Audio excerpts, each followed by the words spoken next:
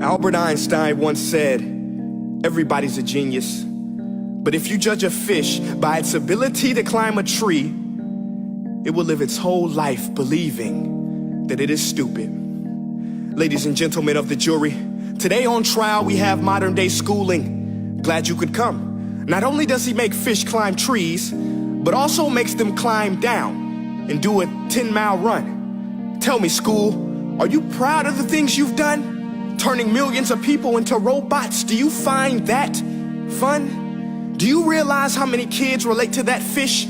Swimming upstream in class, never finding their gifts, thinking they are stupid, believing they are useless? Well, the time has come, no more excuses. I call school to the stand and accuse him of killing creativity, individuality, and being intellectually abusive. He's an ancient institution that has outlived his usage. So, Your Honor, this concludes my opening statement, and if I may present the evidence of my case, I will prove it. Proceed. Exhibit A. Here's a modern-day phone. Recognize it? Here's a phone from 150 years ago. Big difference, right? Stay with me. Here's a car from today, and here's a car from 150 years ago. Big difference, right? Well, get this. Here's a classroom of today, and here's a class we used 150 years ago. Now, ain't that a shame? In literally more than a century, nothing has changed. Yet you claim to prepare students for the future? But with evidence like that, I must ask, do you prepare students for the future or the past? I did a background check on you and let the record show that you were made to train people to work in factories, which explains why you put students in straight rows, nice and neat, tell them sit still, raise your hand if you want to speak, give them a short break to eat, and for 8 hours a day, tell them what to think.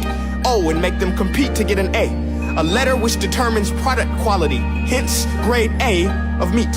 I get it. Back then, times were different. We all have a past. I myself am no Gandhi. But today, we don't need to make robot zombies. The world has progressed. And now we need people who think creatively, innovatively, critically, independently, with the ability to connect. See, every scientist will tell you that no two brains are the same.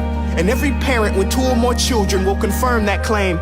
So please explain why you treat students like cookie cutter frames or snapback hats, giving them this one-size-fits-all crap. Watch your language. Sorry, Your Honor, but if a doctor prescribed the exact same medicine to all of his patients, the results will be tragic. So many people would get sick, yet when it comes to school, this is exactly what happens, this educational malpractice, where one teacher stands in front of 20 kids, each one having different strengths, different needs, different gifts, different dreams, and you teach the same thing the same way? That's horrific. Ladies and gentlemen, the defendant should not be acquitted. This may be one of the worst criminal offenses ever to be committed. And let's mention the way you treat your employees. Objection. Overruled. I want to hear this. It's a shame. I mean, teachers have the most important job on the planet, yet they're underpaid? No wonder so many students are short-changed. Let's be honest, teachers should earn just as much as doctors, because a doctor can do heart surgery and save the life of a kid, but a great teacher can reach the heart of that kid and allow him to truly live. See, teachers are heroes that often get blamed, but they're not the problem. They work in a system without many options or rights. Curriculums are created by policymakers, most of which have never taught a day in their life. Just obsessed with standardized tests. They think bubbling in a multiple choice question will determine success. That's outlandish.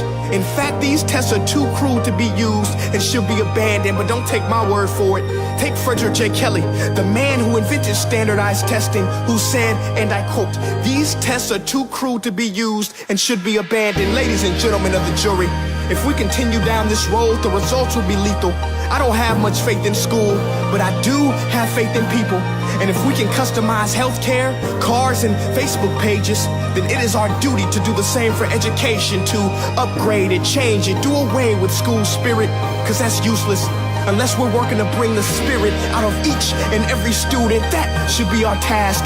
No more Common Core. Instead, let's reach the core of every heart in every class. Sure, math is important, but no more than art or dance. Let's give every gift an equal chance. I know this sounds like a dream, but countries like Finland are doing impressive things. They have shorter school days. Teachers make a decent wage. Homework is non-existent, and they focus on collaboration instead of competition. But here's the kicker, boys and girls. Their educational system outperforms every other country in the world. Other places like Singapore are succeeding rapidly. Schools like Montessori, programs like Khan Academy, there is no single solution. But let's get moving, because while students may be 20% of our population, they are 100% of our future. So let's attend to their dreams, and there's no telling what we can achieve. This is a world in which I believe, a world where fish are no longer forced to climb trees. I'll rest my case.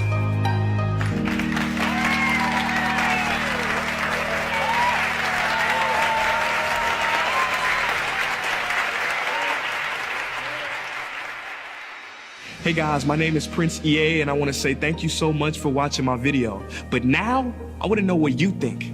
How can we together create a more efficient, effective, and just better future of learning? I want you to visit nestday.com/preorderthefuture and share your thoughts and ideas on the topic. Peace.